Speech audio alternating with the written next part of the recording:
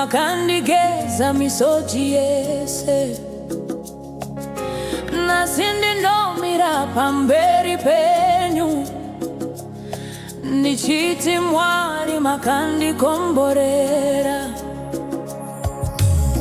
Ndakafamba mumapani erima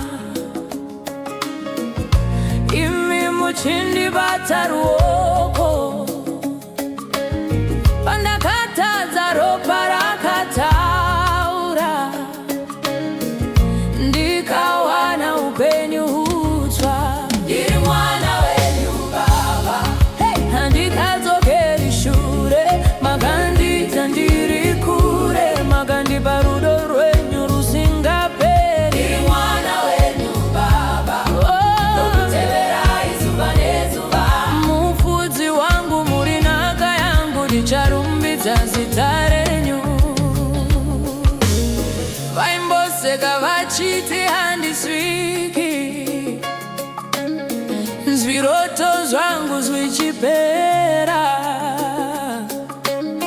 imi makavhura mikova, ndariona ruoko rwenyu rwechokwadi.